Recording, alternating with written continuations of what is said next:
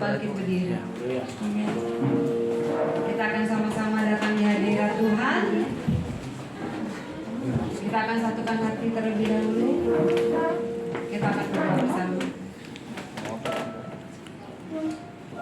Terima kasih Tuhan Yesus. Engkau Allahku yang luar biasa Tuhan.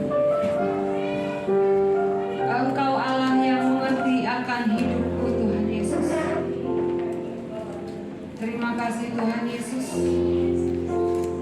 Biarlah pagi hari ini Tuhan, kami bersama jemaat-Mu di tempat ini Tuhan, kami akan memuji, memuliakan nama-Mu Tuhan. Kami akan mengagungkan Engkau Tuhan Yesus. Biarlah Tuhan kami menyerahkan ibadah kami ini dari awal, tengah hingga akhir ke dalam tangan-Mu Tuhan. Karena Engkau Allah kami, satu-satunya yang kami sembah. Kami siap Tuhan untuk mengagungkan nama-Mu Tuhan. Kami siap Tuhan menanggalkan segala sesuatu aktivitas kami Tuhan. Urapi Tuhan setiap kami Tuhan. Terima kasih Tuhan. Kami akan memulai ibadah kami ini Tuhan Yesus. Engkau yang menyucikan dan menguduskan ruangan ini Tuhan. Kuasa darah-Mu melingkupi setiap kami Tuhan Yesus. Terima kasih Tuhan. Haleluya. Kami bersilakan tetap di hadirat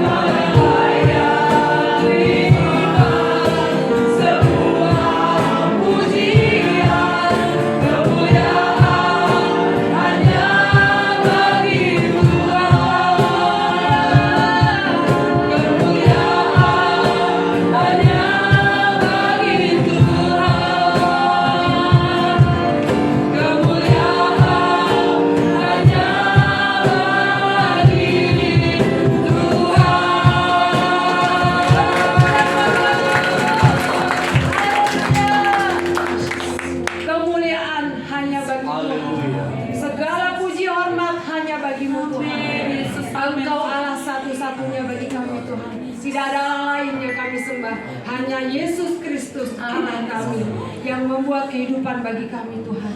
Engkau pencipta langit dan bumi. Engkau besar Tuhan. Tiada satu pun di kolong langit ini yang lebih besar daripadamu Tuhan. Engkau Allah yang sanggup menyembuhkan sakit penyakit kami. Engkau Allah yang sanggup Tuhan. Engkau Allah yang sanggup mengangkat beban hidup kami Tuhan. Engkau Allah yang sanggup Tuhan mengangkat keluarga demi keluarga di tempat ini Tuhan Yesus. Terima kasih Tuhan. Kami percaya kalau langit dan bumi Engkau yang menciptakan. Engkau juga sanggup membuat hidup kami lebih berarti bagimu Tuhan. Terima kasih Tuhan. Terima kasih Roh Kudus. Haleluya. Jemaat Tuhan sama-sama kita katakan amin. Haleluya. Kita beri Tuhan yang lebih lagi. Haleluya. Terima kasih Tuhan. Allah kita hebat. Nggak ada Allah satupun di kolong langit bumi. Amin. Hanya Yesus Kristus yang kita sembah. Dia adalah Allah pencipta langit dan bumi. Mari saudara kita akan puji Tuhan dengan lebih lagi. Kita akan menari bagi Tuhan. Yeah.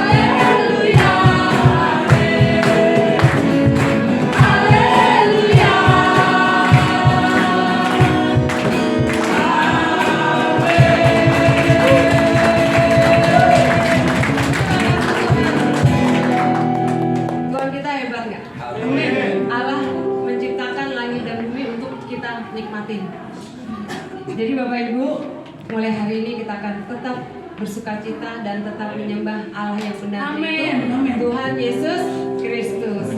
Tetap dalam hadirat Tuhan, silakan untuk duduk kembali. Kita akan mempersiapkan hati kita untuk datang kepada Tuhan lebih lagi. Terima kasih Tuhan Yesus. Aku percaya Tuhan, setiap kami di tempat ini dalam genggaman tangan Tuhan Yesus. Apapun keberadaan kami Tuhan, bagaimanapun keadaan kami Tuhan, Engkau tidak akan tinggal diam Tuhan. Engkau Allah yang sempurna, yang akan menggandeng kami Tuhan Yesus. Karena pertolongan kami hanya ada satu nama, yaitu Yesus Kristus. Engkau Allah yang sanggup menolong kami Tuhan Yesus. Terima kasih Tuhan. Terima kasih Tuhan Yesus.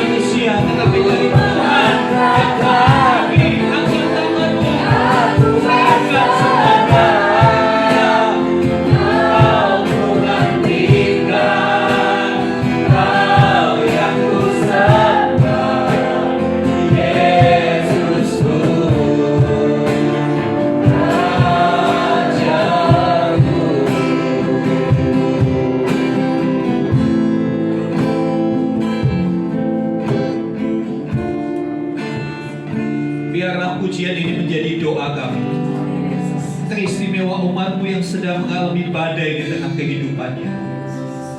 Biar kami tetap menantikan pertolongan yang dari Tuhan. Karena sia-sialah kami mengandalkan manusia.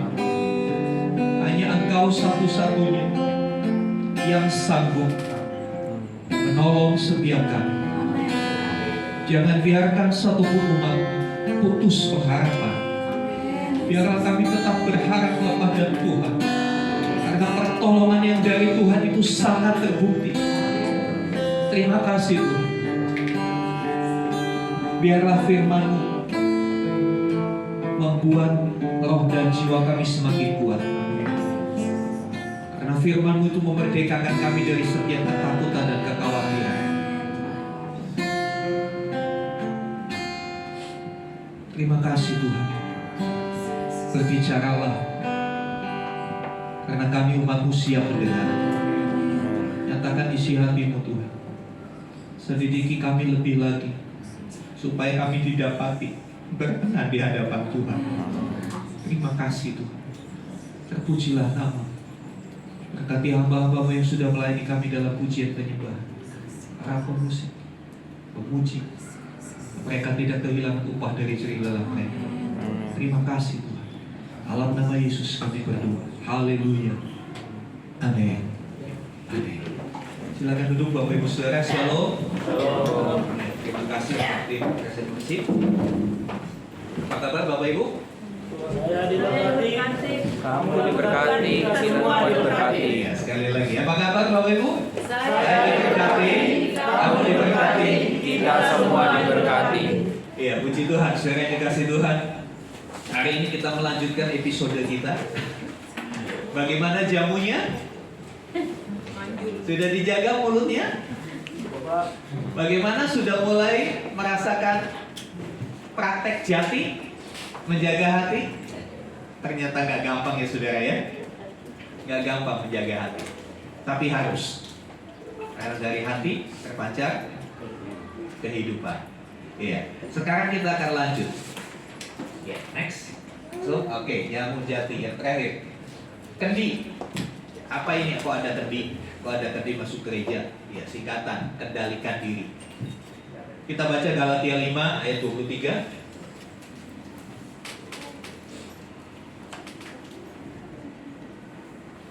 Tolong saudara Stefanus, Galatia 5 ayat 23.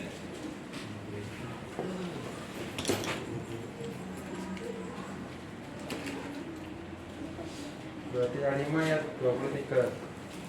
Lemah lembutan, penguasaan diri, tidak ada hukum yang menentang hal itu.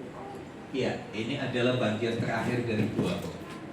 Ya, kelemah lembutan, penguasaan diri.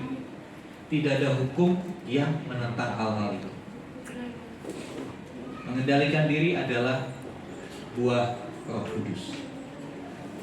Nanti kita akan lihat bagaimana kita bisa memiliki itu. Bagaimana buah itu kita bisa hasilkan. Ya, pengendalian diri, menguasai diri. Bukan hal yang sederhana. Bukan hal yang gampang. Perlu proses. Perlu kita benar-benar menyerah sama Tuhan sampai akhirnya kita bisa mengendalikan seluruh keberadaan diri kita. Jadi mengendalikan diri ini bukan hanya mengendalikan perkataan kita, tapi keseluruhan. Secara menyeluruh, hati kita sudah belajar menjaga. Selanjutnya, hati harus dikendalikan. Setiap ada sesuatu yang terjadi, bagaimana kita merespon dengan benar. Ya, pikiran kita juga harus kendalikan. Perkataan harus kita kendalikan. Perilaku, gestur tubuh kita, semua kita kendalikan. Kira-kira bisakah kita melakukan itu dengan kekuatan kita? Ya, gagal mani kan begitu ya Bapak Ibu. Tapi bersama Tuhan kita akan menghasilkan buah itu, buah penguasaan diri. Saudara dikasih Tuhan, ya, saya tulis di situ, kendalikan diri lebih besar dari bela diri. Banyak kali orang, ya nggak salah sih ikut olahraga bela diri, anak-anak bela diri, ya kan? Taekwondo, judo, karate, segala macam bela diri. Ya, pencak silat, itu bagus olah fisik supaya lebih sehat. Ya. Tapi ada yang lebih penting daripada bela diri. Kendalikan diri. Amin. Karena kenapa kendalikan diri saya katakan lebih besar atau lebih penting dari bela diri? Kalau bela diri itu fokusnya kepada pembenaran diri, kepada apa yang dianggap baik oleh dirinya. Kenapa orang bela diri? Ya dia merasa benar. Orang saya benar kok. Iya kan? Dia pasang benteng untuk dirinya. Bela diri itu tidak akan merubah perilaku seseorang. Bela diri tidak akan merubah karakter atau tabiat seseorang. Tapi kalau orang yang bisa mengendalikan diri, karakternya akan berubah, hidupnya akan berubah. Sebab itu kita tidak mau belajar bela diri, karena Tuhan yang bela. Amin. Lebih keren Tuhan yang bela kita. Kalau kita membela diri kita, siapa kita? Tapi Tuhan yang membela kita. Ya. Bagian kita, bagaimana kita mengendalikan diri. Ini yang perlu dikendalikan. Karena apa? Sejak manusia jatuh dalam dosa, diri manusia itu rusak. Kecenderungannya selalu berbuat dosa. Kecenderungannya selalu melawan Allah, memberontak kepada Tuhan. Nah, ini yang perlu direm, perlu dikendalikan. Ya, saudara yang dikasih Tuhan, kita lihat untuk bisa sampai mengendalikan diri atau menguasai diri, ya, pertama harus tahu diri. Pertama harus tahu diri dulu. Kalau kita nggak tahu siapa diri kita, bagaimana kita bisa menguasai diri kita? Hal-hal apa di dalam diri kita yang perlu dikuasai, kita harus tahu dulu, kan begitu. Setelah tahu diri, selanjutnya sadar diri, baru bisa menguasai diri. Oke, kita step by step. Tahu diri. Kita seringkali bilang, dengar ya dalam percakapan sehari, lu tahu diri dong, gitu kan?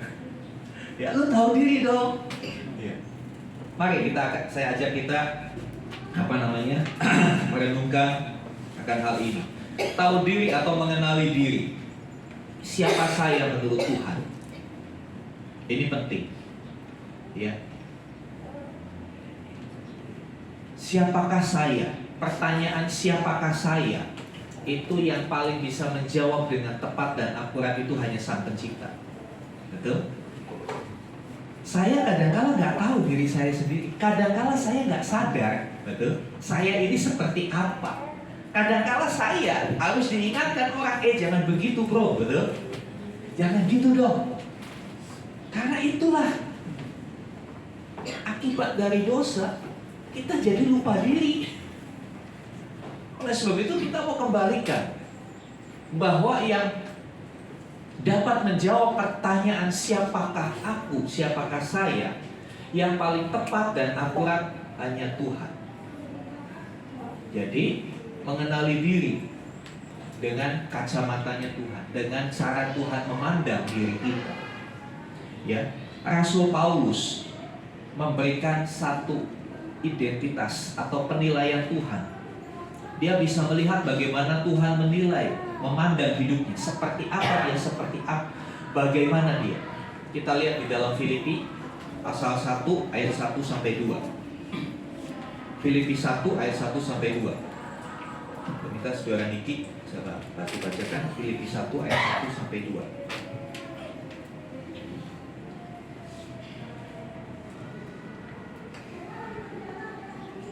Filipi 1 ayat 1 sampai 2. Salam dari Paulus dan Timotius, hamba-hamba Kristus Yesus, kepada semua orang kudus dalam Kristus Yesus di Filipi, dengan para penilik jemaat dan diaken.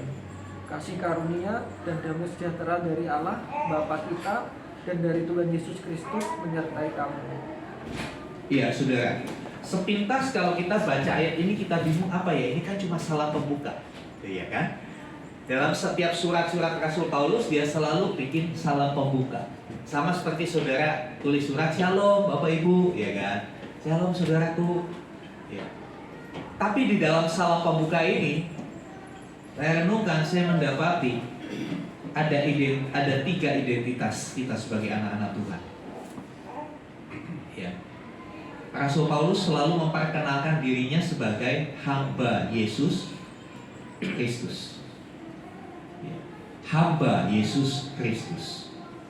Salam dari Paulus dan Siapa temannya yang pada saat itu bersama-sama dengan dia? Hamba-hamba Yesus Kristus. Ya. Kalau dari bahasa aslinya kata hamba itu doulos, artinya budak. Pengertian hamba hari ini sudah bergeser dari pengertian arti sesungguhnya kata hamba, kata doulos. Ya. Hamba sekarang kadang-kala hanya untuk pemanis kata-kata, hamba haturkan gitu ya, hamba persilahkan, itu sepertinya kesannya kayak oh rendah hati banget ya hamba gitu. Tapi sebetulnya itu kan jujur aja itu pencitraan kalau buat saya. Iya kan? Kadang-kala dalam sambutan-sambutan kan, ya. Kata saya diganti kata hamba supaya kesannya lebih rendah hati. Apakah benar seperti itu? Kalau mau tahu seperti apa seharusnya kita di hadapan Tuhan, belajar kata doulos, belajar kata budak. Ya, sepintas hamba sama budak sama, tapi seiring perkembangan bahasa ada pergeseran makna kata budak dengan menjadi kata hamba. Hamba itu akan lebih terhormat kesannya. Contoh, hamba Tuhan. Ya, kadang-kala saya agak geli-geli dengan istilah hamba Tuhan. Hamba Tuhan diundang pasang tarik harus sekian PK-nya. Ini hamba apa-apa. Hamba Tuhan saya pernah waktu di Kalimantan mau undang satu hamba Tuhan bikin KKR. Wow, dia nggak mau terima telepon, manajernya yang terima telepon. Hamba Tuhan, hamba loh punya manajer. Pembantu punya manajer, kira-kira masuk akal nggak saudara? Saya sampai bingung, kok hamba Tuhan kok punya manajer ya? Hamba kan dia, pembantu jomos gitu ya, punya manajer, keren banget. Nggak mau terima dia, diserahkan ke manajernya. Bapak tahu, ininya prosedurnya mau mengambil bapak, minta bapak, ya minimal penjemputan Alphard, minimal hotel bintang 5. Aduh, saya bilang saya adanya bintang 7. Maksudnya bintang 7 penginapan bolong-bolong gitu, bocor-bocor bintangnya 7. Ya, kemudian yang hadir harus sekian ribu, kalau nggak sekian ribu dia nggak akan khotbah, asistennya yang khotbah. Saya kaget. Oh ya, terima kasih ibu, ini seorang ibu. Terima kasih ibu. Jadi bagaimana bapak? Mohon maaf, saya cancel ya. Saya mau cari hamba Tuhan. Saya tekankan begitu. Saya tidak mau cari pembicara, saya mau cari hamba Tuhan yang mau melayani. Sederet peraturan harus begini, syarat dan ketentuan berlaku. Hamba, bilang hamba Tuhan. Banyak orang bangga dengan sebutan hamba Tuhan. Sadar nggak artinya hamba itu? Kamu budak. Coba nanti searching di Google, budak itu seperti apa? Budak itu nggak punya hak, boro-boro minta. Budak itu nggak punya hak. Hidup seorang budak sepenuhnya milik tuannya. Mau dibunuh juga nggak ada hukum yang, nggak ada istilahnya HAM lagi, iya kan?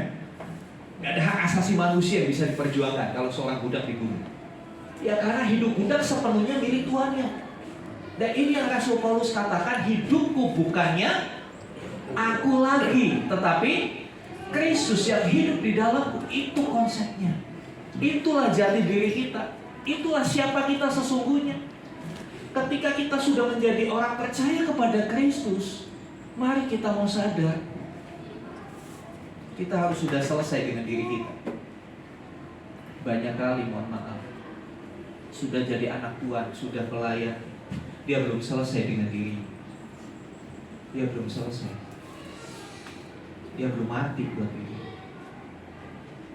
Dia belum mati buat egonya. Di sini Rasul Paulus selalu berkata, dari Rasul Paulus, hamba Yesus Kristus. Dalam pengertian artinya dari Rasul Paulus, budaknya Yesus. Jadi budaknya Yesus, Yesus suruh apa aja dia harus ikuti. Dan itu terjadi dalam kehidupan Paulus. Dia di penjara, dia nulis ini di penjara, saudara. Bukan lagi santai, bukan lagi healing di hotel bintang 5. Dia di penjara. Dan penjara waktu itu lebih tidak manusiawi daripada sekarang. Ya, penjara zaman sekarang itu enak. Ya, bahkan saya membaca bahwa ada zaman sekarang untuk ya karena hubungan suami istri itu adalah hak asasi manusia, orang-orang di penjara juga ada bisa sewa kamar bercinta. Jadi kalau istri atau suaminya datang bisa mereka sewa kamar itu untuk suami istri.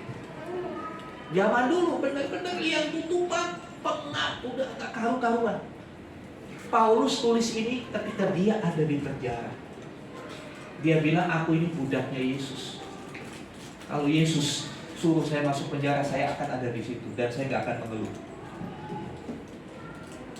Siapakah kita hari ini? Siapakah saudara dan saya hari ini? Ingat, kita ini budak. Amin. Saudara, dalam konteks budak hanya ada dua, budak dosa dan budaknya Kristus. Saudara pilih mana? Budak dosa melakukan semua apa yang diperintahkan dosa, melakukan apa yang ditawarkan dosa, atau budaknya Kristus atau budak kebenaran, melakukan setiap kebenaran walaupun kadangkala kebenaran itu menyakitkan. Betul? Kebenaran itu menyakitkan bagi daging, tapi kebenaran itu memerdekakan kita dari hukuman. Saudara yang dikasih Tuhan. Yang kedua, dikatakan di situ, ya, dari hamba Yesus Kristus kepada orang-orang kudus. Ada kata itu kan? Kepada orang-orang kudus. Karena Kristus telah memerdekakan kita dari perbudakan dosa, kita sudah dibeli ganti kepemilikan. Tadinya kita milik dosa, milik kuasa kegelapan, milik iblis. Kristus beli dengan darahnya yang mahal. Sekarang ganti kepemilikan, kita milik Kristus. Kita budaknya Kristus. Yang luar biasa. Ini yang luar biasa kita harus sadar. Setelah kita dimerdekakan dari dosa, jadi budaknya Kristus,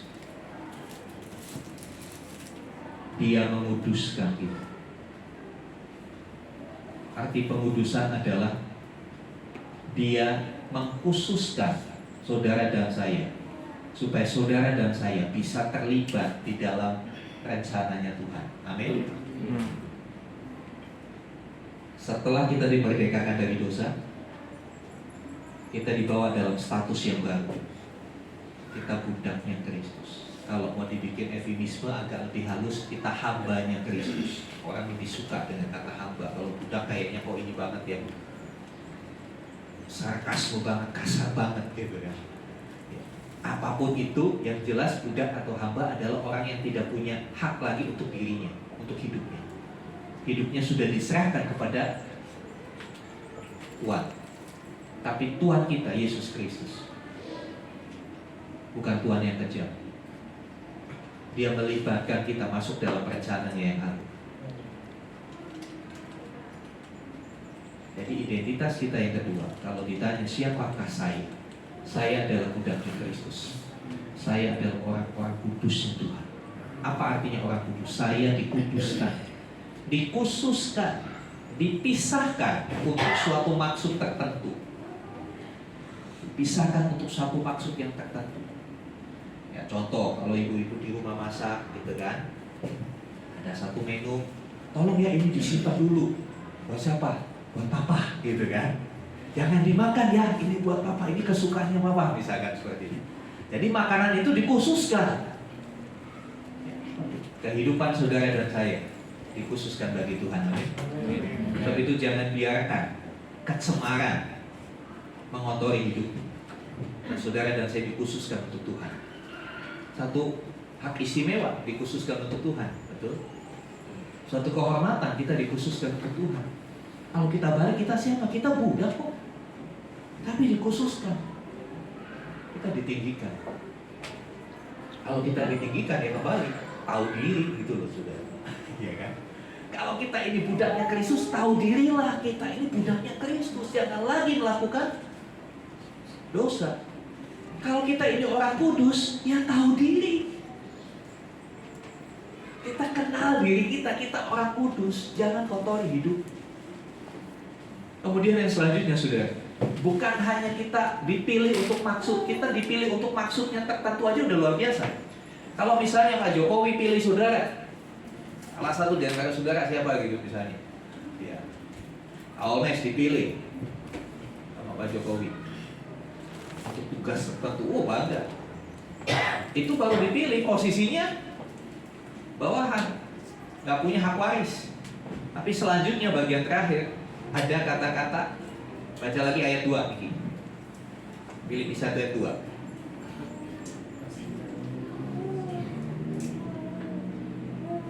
Filipi 1 ayat 2. Kasih karunia dan damai sejahtera dari Allah Bapa kita dan dari Tuhan Yesus Kristus menyertai kamu.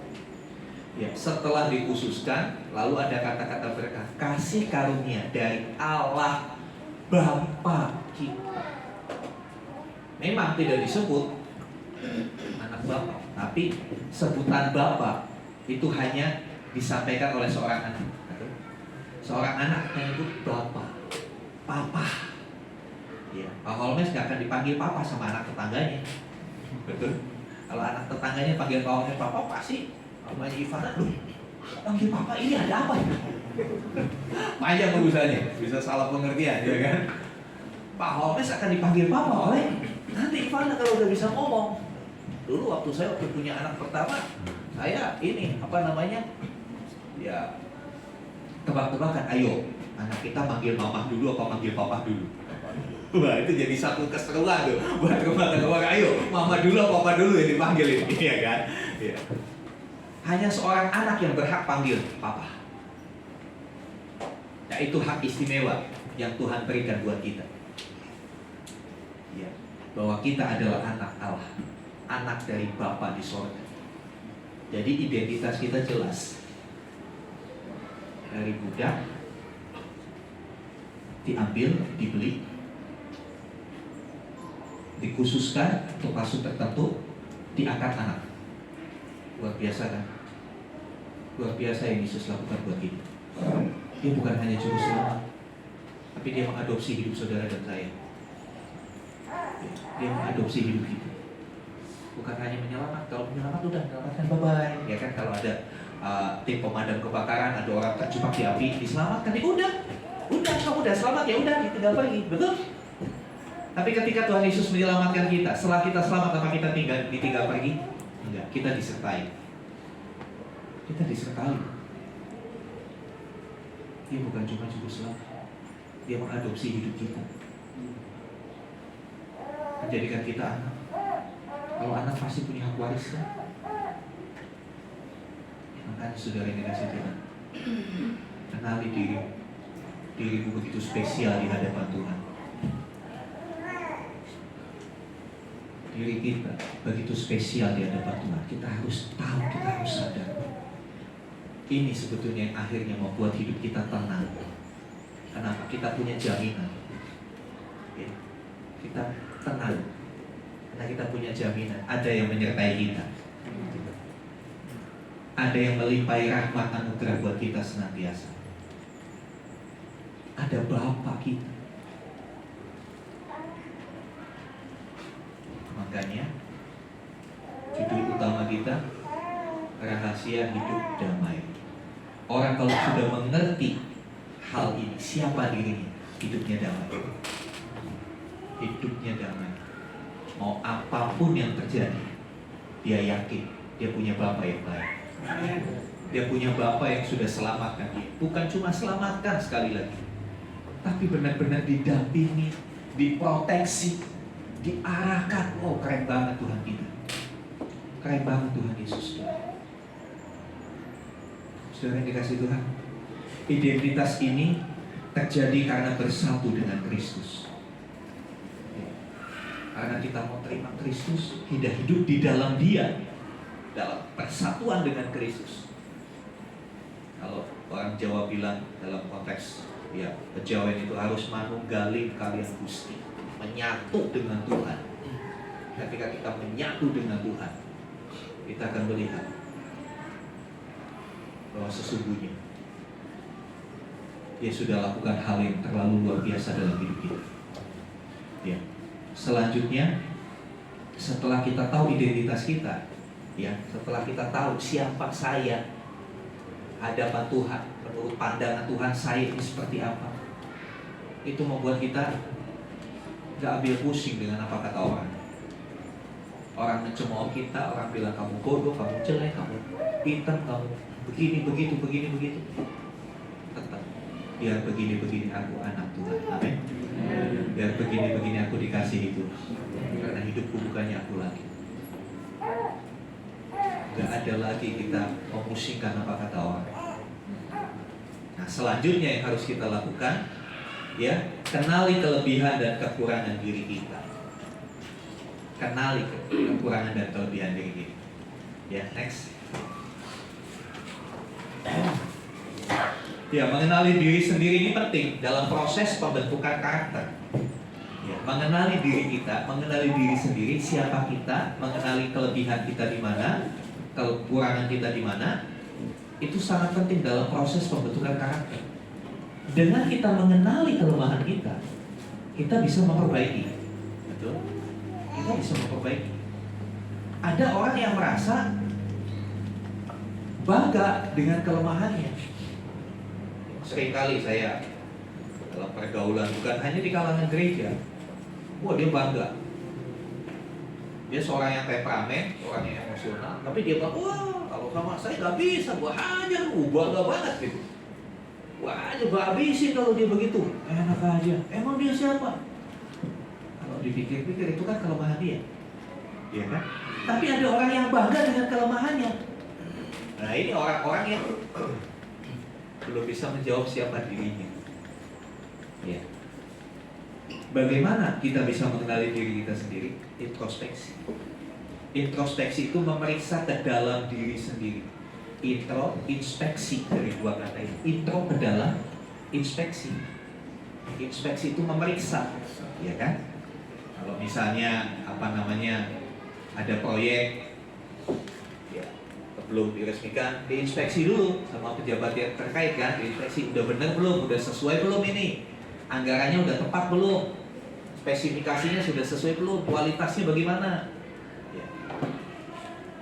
Mari kita melakukan ini juga dalam hidup kita, bukan introspeksi orang lain,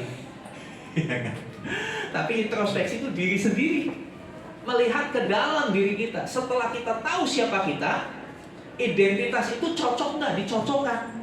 Sudah cocok belum kita ini hamba Yesus Kristus? Sudah cocok belum kita orang kudus? Sudah cocok belum kita ini anak Bapa? Kita lihat.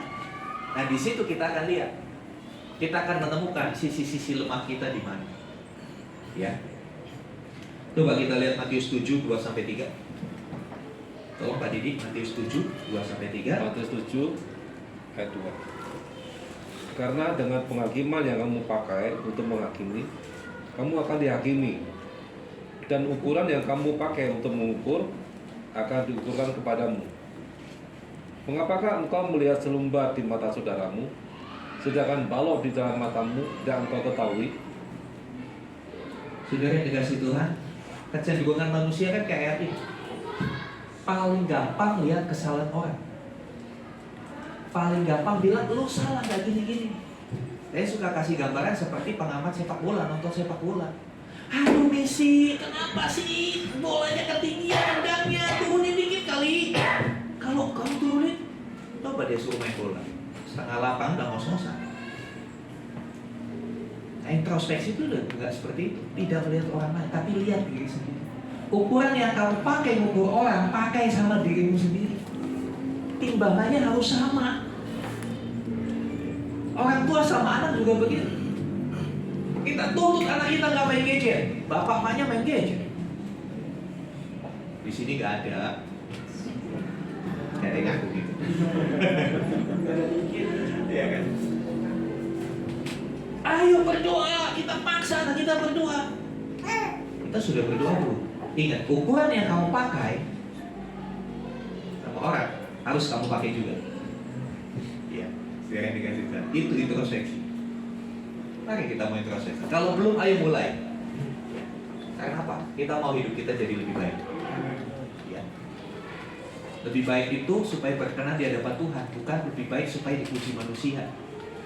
Ya, gak ada gunanya dipuji manusia hanya sebatas di dunia. Pujian manusia itu hanya sebatas di dunia, saudara. Ya kan? Tapi jauh lebih indah ketika Tuhan berkenan sama hidup kita. Ya. Selanjutnya 1 Timotius 4 ayat 16. Tolong Michael. 1 Timotius 4 ayat 16. 1 Timotius 4 ayat 16 bermaksud, awasilah dirimu sendiri dan awasilah ajaranmu. Bertekunlah dalam semuanya itu, karena dengan berbuat demikian engkau akan menyelamatkan dirimu dan semua orang yang mendengar engkau. Iya. Awasilah dirimu, awasilah ajaranmu. Ya, ini bukan hanya untuk pengajar hamba Tuhan, tapi untuk setiap kita. Untuk setiap orang tua kan punya tanggung jawab mengajar anaknya. Awasi dirimu, sudah jadi contoh belum? Maksudnya begitu. Awasi juga ajaran. Apakah yang kamu ajarkan sudah engkau lakukan? Karena dengan demikian kamu bertekun melakukan. Karena dengan demikian kamu menyelamatkan orang-orang bersama-sama dengan kita. Artinya apa, saudara? Penting untuk kita mengawasi diri kita. Lihat seperti apa sih hidupku. Satu ayat Firman Tuhan berkata, perhatikanlah dengan seksama bagaimana kamu hidup, ya kan? Perhatikan dengan seksama. Ya. Lanjut Lukas 6 43 44. Saudara Jonathan, Lukas 6 44. Lukas 6 ayat 43 dan 44. Karena tidak ada pohon yang baik yang menghasilkan buah yang tidak baik, dan juga tidak ada pohon yang tidak baik yang menghasilkan buah yang baik. Ayat 44. Sebab setiap pohon dikenal pada buahnya. Karena dari semak duri orang tidak memetik buah ara, dan duri-duri tidak memetik buah anggur. Iya. Kita bisa kenal pohon itu dari buah durian. Oh, ini pohon durian karena buahnya durian. Gak mungkin pohon durian buahnya semangka. Ya, saya betapa nggak bisa. Artinya apa, saudara? Hidup kita mencerminkan siapa kita sesungguhnya. Perilaku kita, perkataan kita, pemikiran kita, keseharian kita, yang menggambarkan seperti itu. Tadi kita tahu identitas kita anak Allah, anak Bapa. Ya seharusnya karakter Bapa itu terpancar melalui hidup kita. Bukan karakter dunia yang kita pancarkan. Kalau sampai hari ini kita belum bisa memancarkan karakter Bapa, ayo perbaiki. Amin. Selagi masih ada nafas di dalam hidup kita, dalam hidung kita, masih ada kesempatan untuk berubah. Amin. Ada kalau orang berkata begini sama saya, udah Pak, itu gak usah diurusin, itu udah gak mungkin bisa berubah. Saya tetap berkata, selagi dia masih bernafas, masih ada kemungkinan berubah. Karena itulah kesempatan yang Tuhan beri. Sebejat apapun, serusak apapun, kalau dia mau datang kepada Tuhan, dia bisa ubah hidup kita. Sudah yang dikasih Tuhan. Nah, alat untuk memeriksanya kita harus tahu.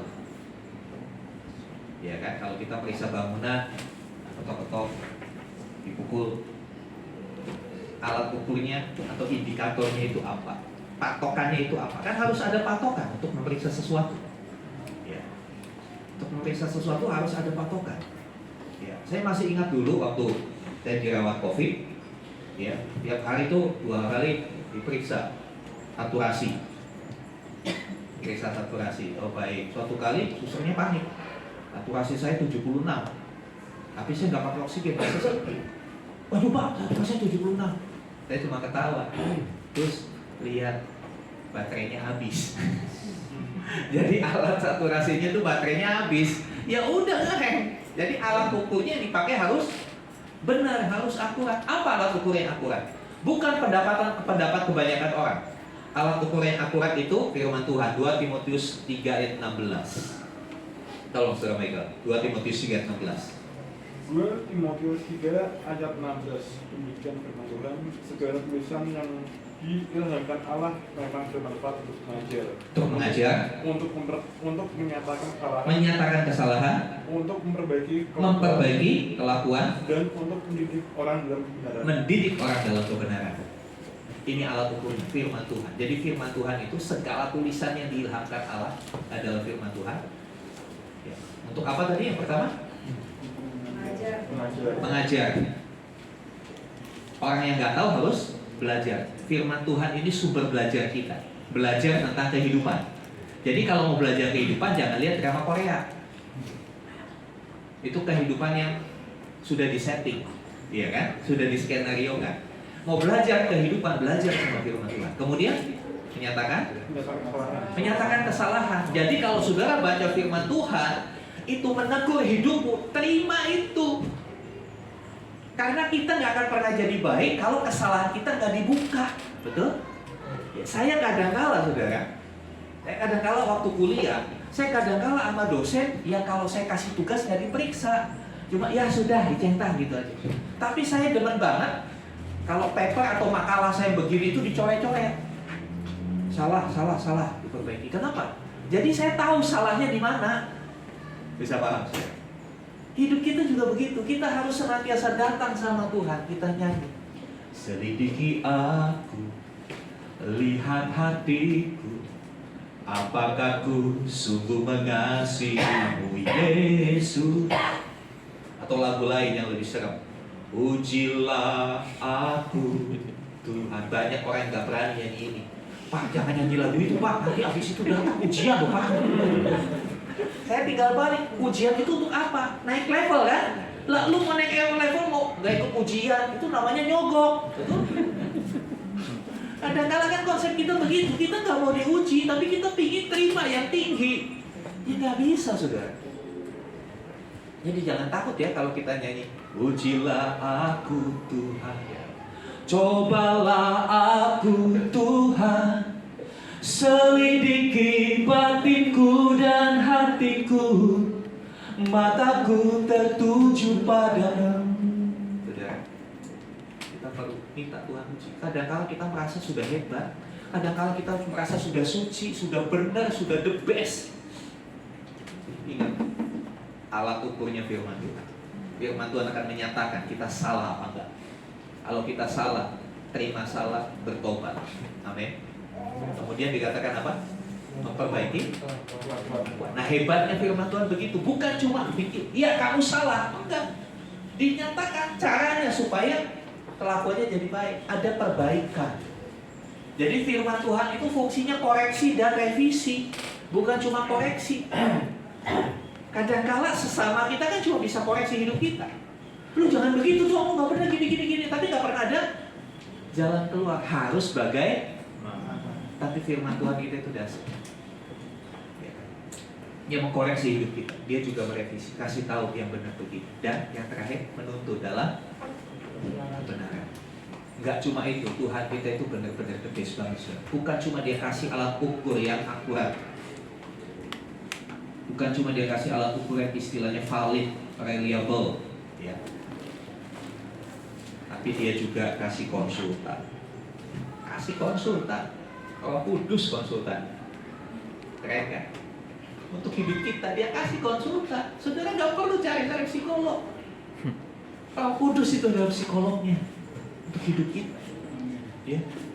Yohanes 16 ayat 13. Kalau roh kebenaran itu datang, dia akan memimpin kita kepada segala kebenaran. Roh Kudus itulah the best consultant of our life. Konsultan terbaik dalam hidup kita. Dia selalu ada buat kita 24 jam. Tengah malam saudara lagi galau, konsultasi sama Roh Kudus.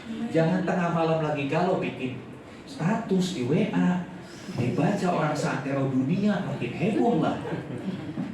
Masalahnya selesai gak? Muncul masalah baru, ada orang yang tersinggung. Wah dia tembak saya ini. Kan jadi runyam urusannya. Makanya saya katakan, kita bersyukur kita punya konsultan yang the best banget. Kapanpun kita perlu dia siap. Tengah malam.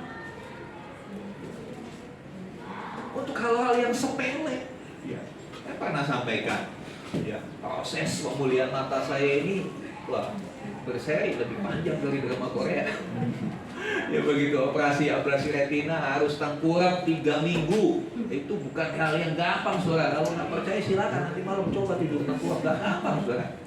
Pegel semua. Udah gitu tengkurap kepala diri nggak apa-apa, kepalanya harus ke bawah. Jadi kepala ini gantung begini, saudara. Saya tengah malam kadang-kadang bangun.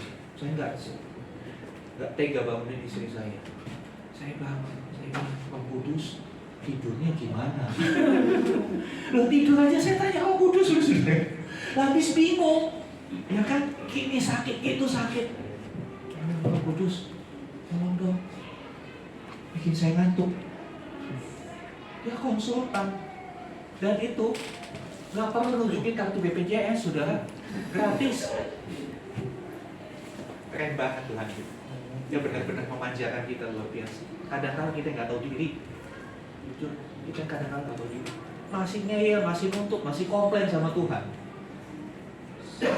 Saya berharap setelah saudara mengerti hal ini, ayo kita berubah. Kita mungkin sadar betapa kasihnya itu terlalu hebat buat kita.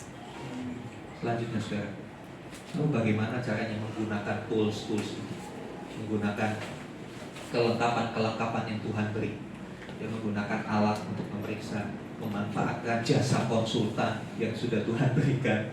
Ya, bagaimana caranya? Pertama, minta Tuhan yang menilai. Minta Tuhan yang menilai. Jangan kita menilai diri kita. Kadang-kala penilai kita itu terlalu subjektif. Ya kan, kalau saya disuruh menilai diri saya, ya saya berkata saya orang paling baik, orang saya gembala. Saya nggak pernah salah. Kalau saya menilai diri saya sendiri, kata kecenderungan manusia kan begitu, nggak mau disalahkan. Walaupun salah, tetap cari cara supaya nggak salah, kan begitu. Mana ada maling pertama kali ditangkap langsung aku, iya saya maling. Enggak. Ya belok, orang korupsi, ketahuan nggak langsung aku kan. Muter, dulu puter, nanti udah terpojok dosa, iya. Itu udah dosa keturunan itu dari Adam dan Hawa. Waktu Adam ditegur Tuhan kan, kenapa kamu makan? Itu perempuan yang kasih ke saya. Perempuannya ditanya, itu ular kasih ke saya. Ular, dia gak lempar. Ya mohon maaf, kadang-kala setan lebih gentle dari kita. Kita lempar kesalahan orang lain. Saudara yang dikasih Tuhan, biarlah Tuhan menilai hidup kita. Ya, Matius 26 ayat 2. Tolong bacakan. Mazmur. Ya kan? Mazmur 26 ayat 2. Pujilah aku ya Tuhan dan cobalah aku. Selidikilah batinku dan hatiku. Berani gak saudara bilang gitu sama Tuhan? Berani gak saudara? Pujilah aku Tuhan. Selidiki aku Tuhan. Saya tiap hari saya bilang begitu. Tiap malam saya bilang itu, Tuhan puji aku. Kalau aku salah, tunjukkan kesalahanku supaya aku bisa perbaiki. Ya. Selidiki aku, biar Tuhan yang selidiki sampai ke kedalaman hati kita. Jangan sampai ada satu yang kita sembunyikan. Karena yang satu yang kadang-kala kecil kita anggap itu gak penting, itu bisa menghancurkan hidup kita. Ya. Selanjutnya setelah minta Tuhan menilai, libatkan sesama. Ibrani 10:25, tolong Pak Didi. Ibrani 10 ayat 25.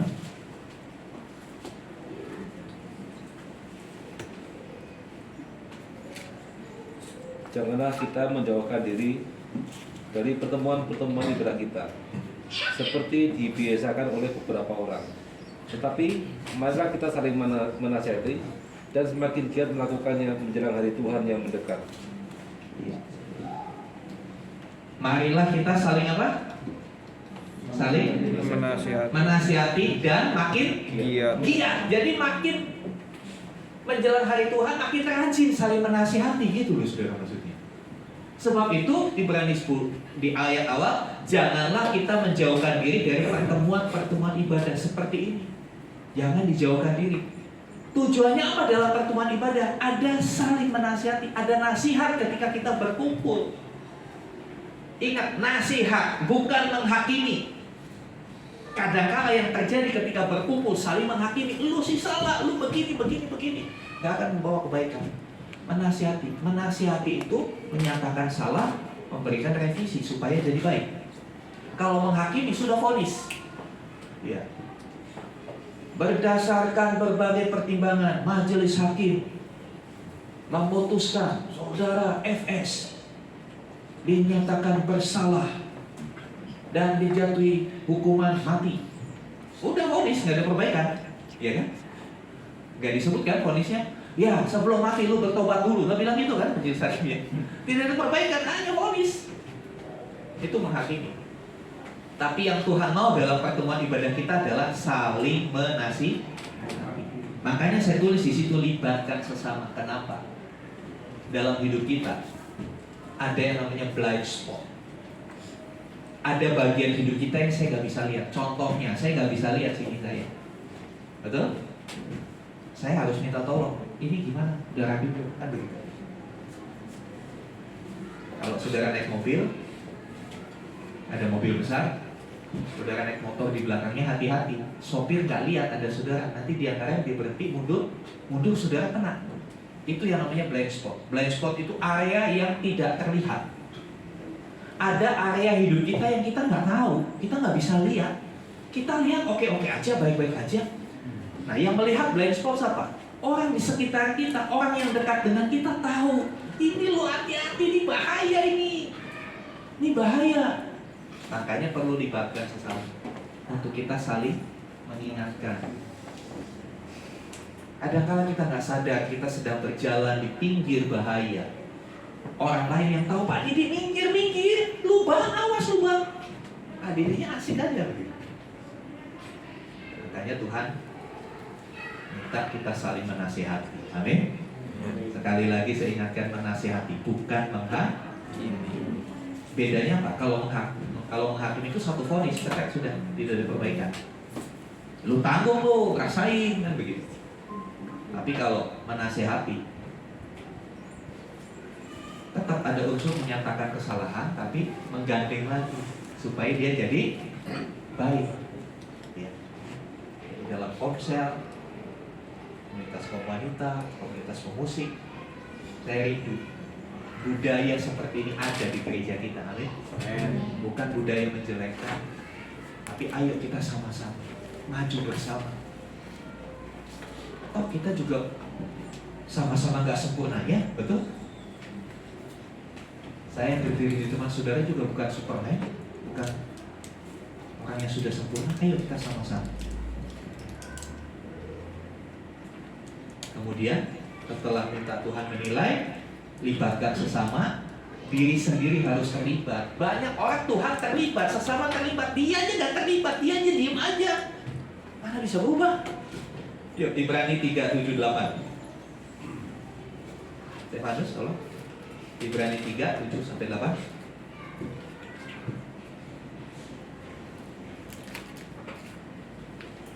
Ibrani 3 ayat 7-8. Binasa karena murtad. Sebab itu, seperti yang dikatakan Roh Kudus, pada hari ini jika kamu mendengar suaranya, janganlah keraskan hatimu seperti dalam kegeraman pada waktu pencobaan di padang gurun. Ya, hari ini pada waktu kamu mendengar suaranya apa? Jangan keraskan hati. Banyak orang sudah Tuhan ingatkan, saudara-saudaranya sudah nasihati, tetapi dia nggak mau terlibat. Dia tetap mengeraskan hati. Tidak ada perbaikan. Tidak ada perbaikan. Perbaikan itu kerjasama dari faktor luar dan dari dalam. Dirinya mau bertobat. Saudara dikasih Tuhan, seberapa kita mengenal diri kita, mengenal diri sendiri, sedemikianlah kita dapat berdamai dengan diri sendiri. Kadang-kala orang sulit berdamai dengan diri, hidupnya tidak damai, hidupnya penuh dengan keluh kesah, hidupnya penuh dengan amarah. Kenapa sih kok saya begini? Kenapa sih kok seperti ini, seperti itu? Karena dia belum mengenal diri. Sungguh kita ini berharga di mata Tuhan. Kalau nggak berharga, ngapain Tuhan Yesus mati buat kita? Betul? Untuk sesuatu yang berharga, orang berani bayar mahal. Betul nggak, saudara? Ya kan? Berlian itu kecil, tapi orang berani bayar mahal. Kenapa? Ia tahu itu berharga. Ya. Tapi kalau untuk keset, ya paling berapa sih harganya? Ada keset harga 1 juta. Saya kira belum ketemu kayaknya. Untuk sesuatu yang berharga, orang berani bayar mahal. Kalau Yesus berani bayar dengan darahnya, dengan nyawanya, berarti hidup saudara dan saya sangat berharga. Tanam di benak saudara, saya berharga di mata Tuhan. Dan jadilah orang-orang yang berharga.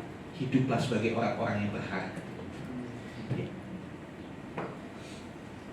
Saya percaya kalau saudara punya perhiasan, entah permata, entah berlian, perak sekalipun, nggak akan taruh sembarangan, nggak akan ada di tempat sembarangan, ya kan?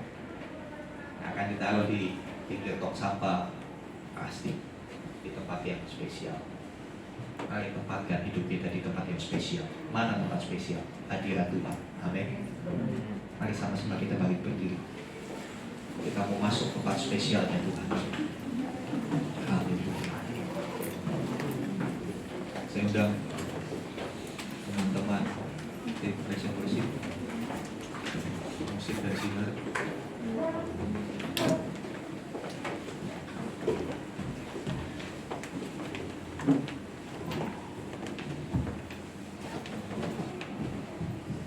Kita mau belajar praktekkan saudara kebenaran firman Tuhan. Kita mau minta sebelum kita masuk dalam perjamuan kudus, kita mau minta Tuhan yang selidiki kita. Berikan pujian, selidiki aku, lihat hatiku.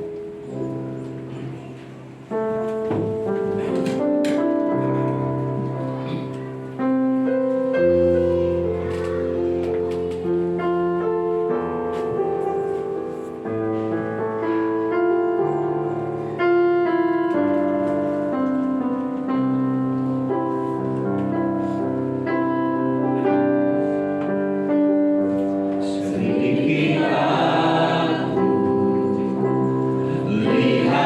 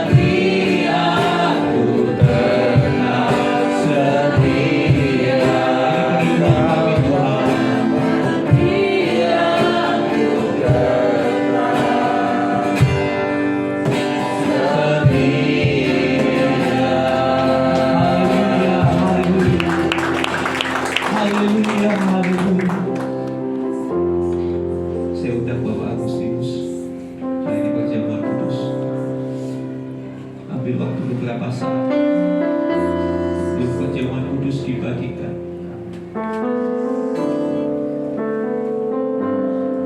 Buka hatimu, saudara. Kalau ada sesuatu yang Roh Kudus nyatakan, kalau ada dosa, ada kesalahan yang Tuhan nyatakan, jangan keraskan hatimu. Bertobatlah. Ya, ketika kita akan perjamuan kudus, kita boleh berlayak di hadapan Tuhan. Saya nggak mau nakut-nakuti saudara, tapi firman Tuhan berkata, kalau hidup kita nggak benar, kita memaksakan diri ketika kita nggak mau bertobat, ada hal-hal yang buruk yang akan menimpa kita. Perjamuan kudus adalah lambang kehadiran Tuhan di tengah umatnya. Dia hakim yang adil. Dia tahu siapa kita sebenarnya. Mau kita tutup-tutupi seperti apapun, Dia tahu kita sebenarnya siapa. Kalau ada sesuatu yang Tuhan nyatakan dalam hidup, kalau itu kesalahan atau batal, mungkin kalau Tuhan nyatakan satu nasar yang belum kau penuhi itu. Saya tahu Roh Kudus ada di tempat ini. Saya tahu pada beberapa saudara Tuhan akan berbicara secara spesifik. Ada suara lembut di hatimu. Jangan bungkam suara itu. Dengarkan suara itu. Perhatikan. Karena Tuhan sedang berbicara kepada beberapa pribadi siang hari ini. Lanjutkan Roh Kudus. Lanjutkan Roh Kudus. Ini waktumu. Ini obatmu. Apa perhadapkan umatmu kepadamu Tuhan. Umat yang kau tebus dengan darahmu yang mahal di kayu salib. Umat yang sudah kau bebaskan dari kuasa dosa, perbudakan dosa. Ini umatmu. Ini budak-budakmu Tuhan Yesus. Lakukanlah kepada kami apa yang kau pandang baik. Perbuatlah kepada kami apa yang kau pandang baik.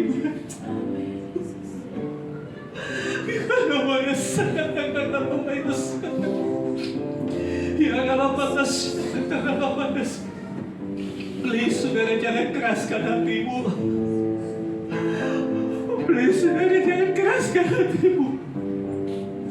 Inilah waktu perkenanan itu.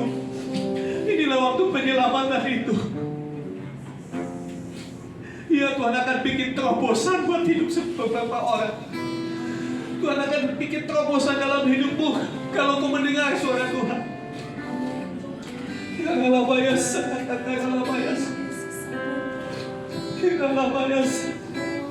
Kami mengangkat roti dan anggur ini Tuhan. Suci kuduskan, layakkan jadi lambang kehadiran-Mu, tubuh dan darah Tuhan di tengah umat-Mu, di mana kami dipersatukan dengan Kristus. Kiara Bayas.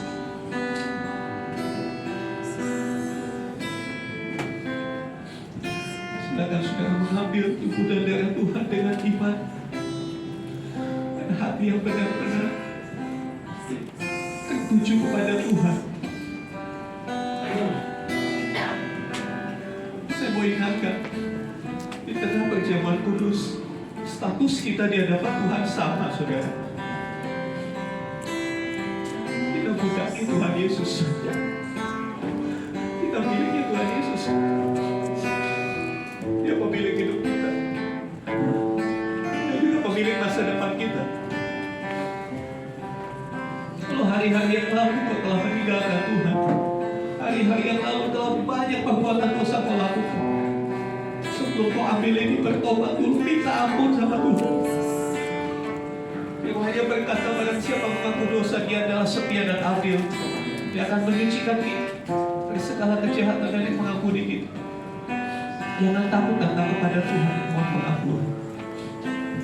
Haleluya.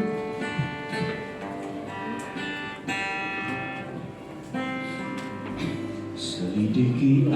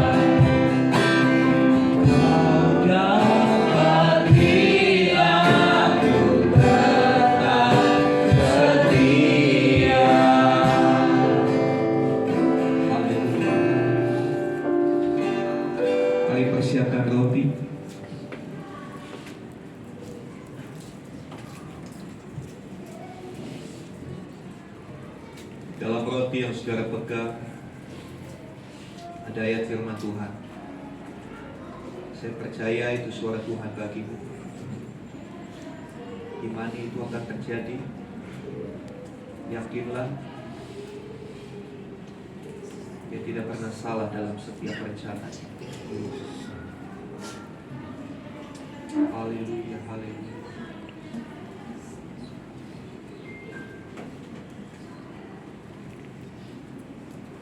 Haleluya, haleluya. Haleluya, haleluya. Haleluya. Mari angkat tinggi roti. Hormati tubuhnya yang sudah dipecah-pecahkan bagi kita. Tubuhnya yang penuh cambukan, penuh luka, supaya saudara dan saya dibebaskan dari hukuman dosa. Dengarkan firman Tuhan. Sebab apa yang telah kuteruskan kepadamu telah aku terima dari Tuhan, yaitu bahwa Tuhan Yesus pada malam waktu ia diserahkan mengambil roti, dan sesudah itu ia mengucap syukur atasnya. Ia memecah-mecahkannya dan berkata, inilah tubuhku yang diserahkan bagi kamu. Perbuatlah ini menjadi peringatan akan aku. Bukankah roti yang kita angkat adalah persekutuan dengan tubuh Kristus? Amin. Di dalam nama Tuhan Yesus, mari kita makan bersama.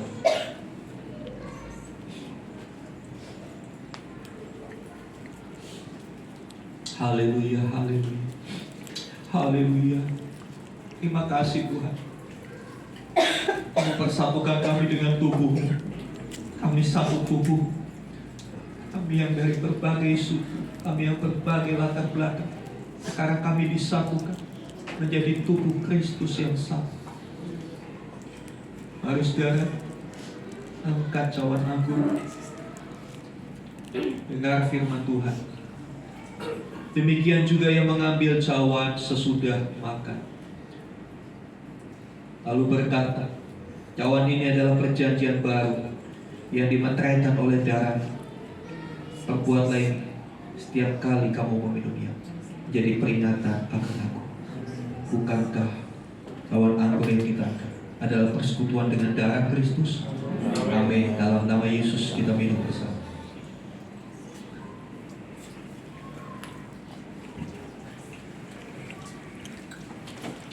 Haleluya, haleluya. Naikkan syukurmu saudara kepada Tuhan. Angkat tanganmu dan ucapkan syukur untuk apa yang telah Dia perbuat buat hidup kita. Dia bukan hanya menyelamatkan kita, Dia selalu mendampingi kita. Dia tidak pernah meninggalkan kita. Yang lebih hebat lagi, Dia mengangkat kita jadi anaknya.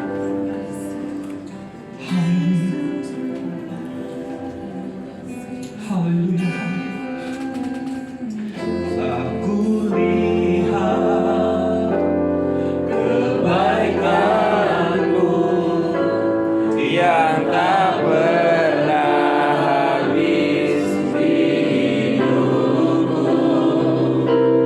Ku berjuang sampai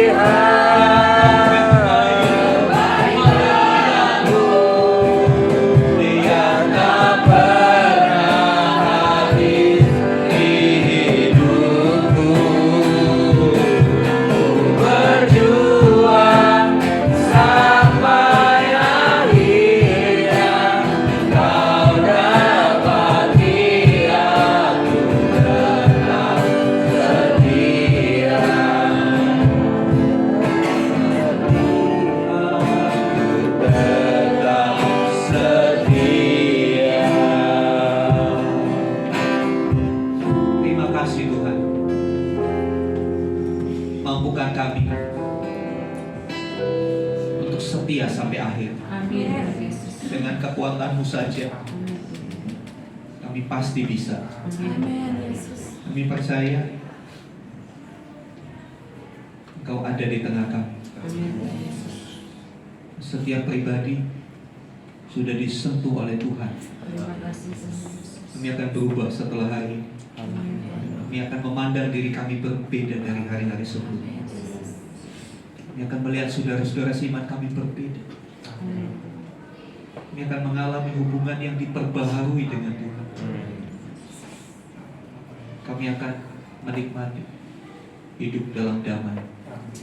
Terima kasih Tuhan. Terima kasih. Kau luar biasa dengan segala yang Kau lakukan buat hidup kami, dengan segala yang Kau rencanakan buat hidup kami.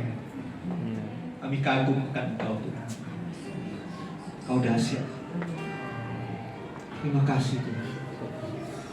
Biarlah setiap kami jadi orang-orang yang senantiasa mengenali diri kami, berani menyatakan identitas kami ke tengah-tengah dunia ini. Pujilah nama-Mu. Dalam nama Yesus kami berdoa. Haleluya. Amin. Amin. Silakan duduk Bapak Ibu.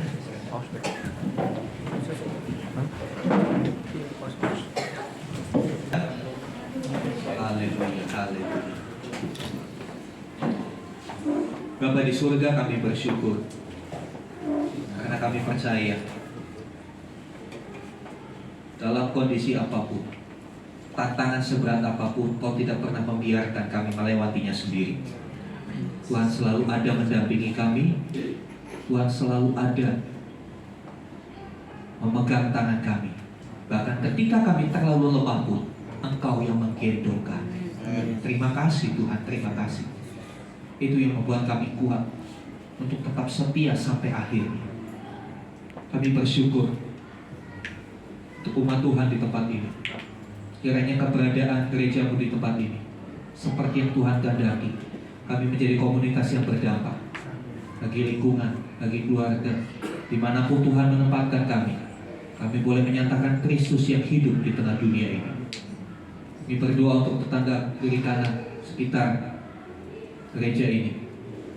Kiranya biar hadirat Tuhan menjamah mereka, damai sejahtera menjangkau mereka, sehingga pada saatnya mereka akan datang menjumpai kami dan mereka akan perkenalkan kami kepada Tuhan.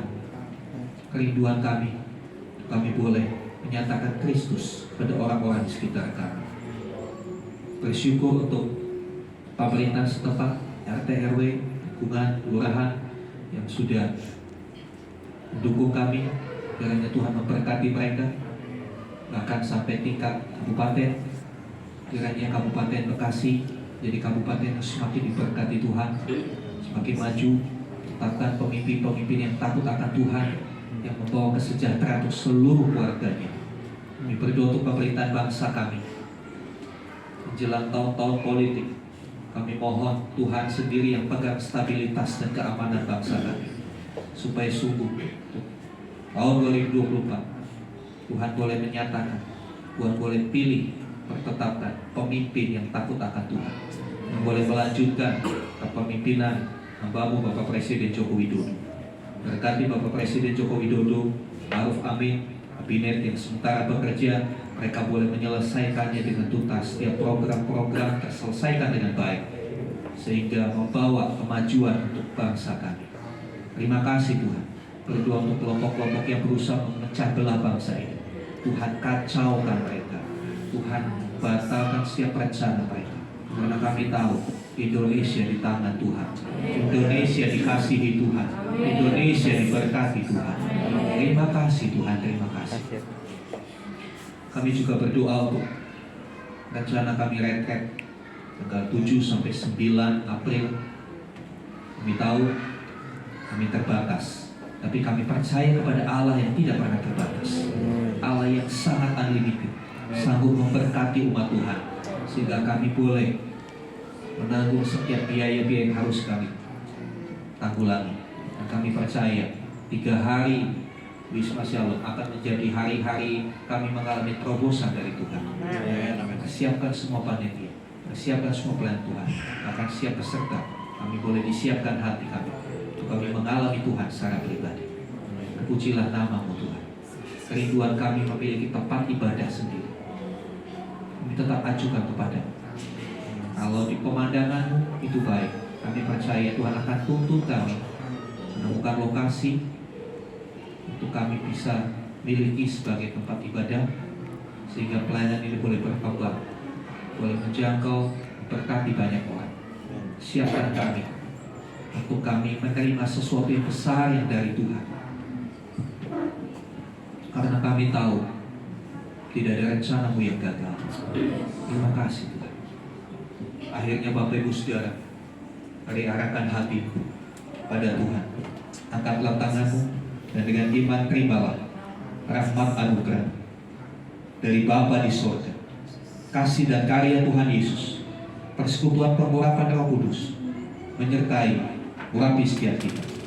Terimalah berkat-berkat jasmani, terlebih lagi berkat rohani. Jadilah berkat dimanapun Tuhan menempatkan engkau. Karena itu, pergilah, jadikanlah semua bangsa murid-Mu. Baptislah mereka dalam nama Bapa dan Anak dan Roh Kudus. Ajarlah mereka melakukan segala sesuatu yang telah Kuperintahkan kepadamu. Dan ketahuilah, Aku menyertai kamu senantiasa sampai kepada akhir zaman. Demikianlah Tuhan Yesus kelak akan datang kembali, menjemput kita, membawa kita semua masuk ke tempat yang sudah Dia sediakan, supaya di mana Dia berada, di mana Tuhan Yesus berada, di situ pun kita boleh berada. Terima kasih Tuhan. Di dalam nama Tuhan Yesus Kristus kami berdoa. Haleluya. Amin.